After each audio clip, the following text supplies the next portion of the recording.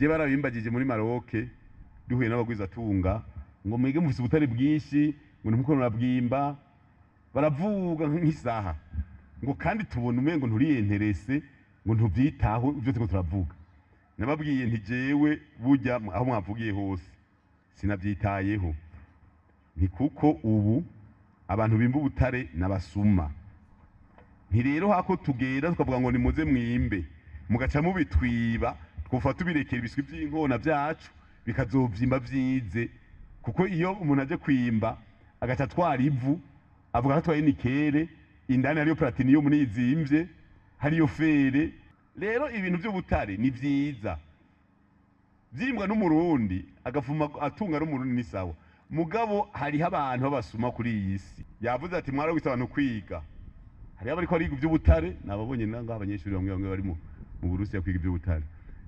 rero ibi ibisaba yuko tuba tugeze ku rwego mbega muri rivu hariyo ubutare ubuhe bakayungururira ngaha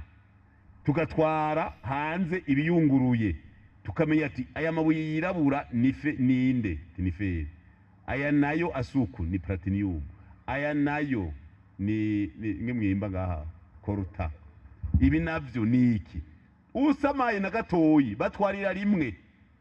muri Tanzania umukuru w'igihugu yabajije ati mbega bigenda gute ko bavuze yuko ari bideshe batwaye ibintu bitagira akamaro kubera iki kuviga hama muri Tanzania ni hafi y'u Burundi ngaho hirya gushika Dar es Salaam hari imodoka z'abapolisi imbere n'inyuma kandi batwaye ubucafu ambasaderi mu nyuma yagiye koreyo abayeho acara bihagarika kuri poro byose amakonteneri yose yaraje ati hagarara turabo ubucafu mutwaye bagiye kura basanze harimo inzahabu zuzuye z'imiliyoni hafi amajana ngahe bose n'abasuma benshi mumbabarire nimba nibamburanya nzosaba ikigongo mukabasuma ni benshi urumva rero usamaye ukavyitamwo utiteguye barimba ibinogo usigarana ibinogo batwaye inzahabu batwaye ubutare nico gituma nyirishobora mukuru w'igihugu yavuze ati bayungurure ngaha bayungurure batarayungurura twemeye dukene turashobora kuba dufise ingorane ubu munsi ejo tukazoturura